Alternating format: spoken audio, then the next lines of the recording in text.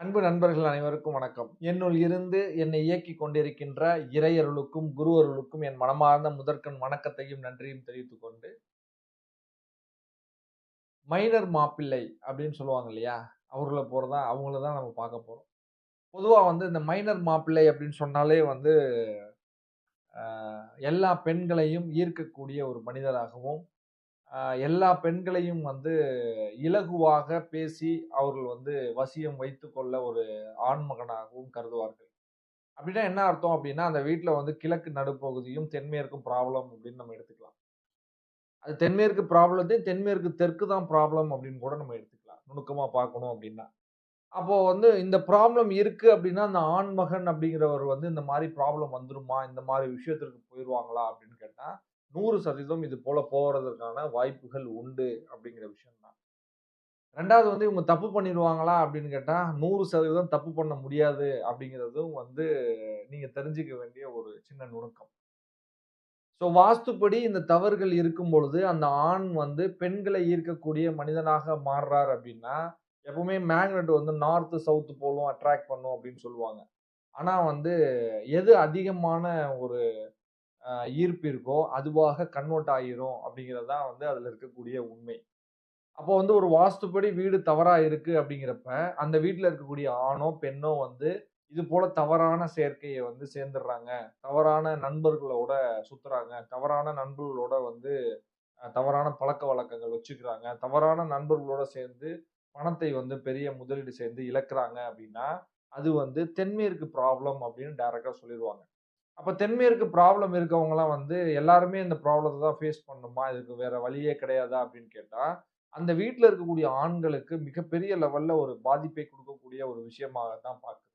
இது என்ன பண்ணும் முதல்ல அப்படின்னு பார்த்தீங்கன்னா, ஒரு பிரிவினை அப்படின்னு சொல்லக்கூடிய ஒரு விஷயத்த குடுக்கும். 2 பேருக்கு இருக்கக்கூடிய ஈகோ, 2 பேருக்கு இருக்கக்கூடிய பேச்சுவார்த்தை, இது போல எல்லா விஷயத்தையும் கெடுக்கக்கூடிய ஒரு விஷயமாக அது அமையும் அப்படிங்கிறது தான் வந்து உண்மை.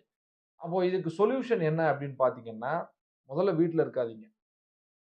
எங்க இருக்கணும் அப்படின்னு பார்த்தீங்கன்னா, ஒரு சின்ன கருவேப்பில வாங்கணும்னா கூட வீட்ட விட்டு வெளியில போயிட்டு வந்துருங்க. ஒரு வாரம் ஒரு வேளையாவது, 2 வேளையாவது வீட்ல இருந்து வெளியில போயி, கணவன், மனைவி, குழந்தையுடன் போய் வெளியில போயிட்டு, தள்ளுவண்டி கடையில கூட சாப்பிடுங்க. ஆனா வந்து வீட்ட விட்டு வெளியில போயி ஒரு டைம் ஸ்பெண்ட் பண்ணுங்க அப்படிங்கிற விஷயம் தான். அப்ப இது எப்படி மாற்றத்தை கொடுக்கும் அப்படின்னு பார்த்தீங்கன்னா, ஒரு ரொம்ப நாளைக்கு முன்னாடி ஒரு கோவிலுக்கு செல்லும்பொழுது ஒரு விஷயத்த நான் பார்த்தேன். ஒரு கணவன் மனைவிக்கு ஒரு பல நாட்களாக குழந்தை பேறு அப்படின்னு சொல்லக்கூடிய விஷயம் வந்து தள்ளி போயிட்டே இருந்திருக்கு. அவங்க வீட்ல வந்து எல்லாரும் கேள்வி கேட்பாங்க இல்லையா? "என்ன வெறும் விசேஷம் இல்லையா? எதுவும் எதுவும் செய்தி இல்லையா?" அப்படின்னு கேட்கறாங்கன்னா, அவங்க வந்து ஒரு மனம் உடைந்து ஒரு மலையை ஏறக்கூடிய ஒரு தருணம். அப்ப அந்த மலை ஏறும் பொழுது பார்த்தீங்க அப்படின்னா, கணவர் வந்து வேக வேகமாக ஏறி போயிடுறார். மனைவி வந்து ரொம்ப ஸ்ட்ரகிள் பட்டு வர்றாங்க. ஏன்னா, அவங்க மலை ஏறுனது கிடையாது. மலை அப்படின்னாலே வந்து அந்த பெயின் அப்படிங்கிற ஒரு விஷயம் இருக்கும். இருந்தாலும் நான் ஏறணும் அப்படிங்கிற ஒரு வைராக்கியத்தோட ஏறியிருக்காங்க.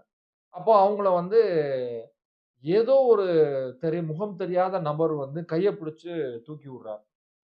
அந்த சனம் வந்து அந்த ஆண் அப்படின்னு சொல்லவருக்கு வந்து நெற்றி பொட்டுல அடிச்சால் போல, எப்படி வந்து ஓங்கி அடிச்சார் போல ஒரு விஷயம் புரிஞ்சுச்சு.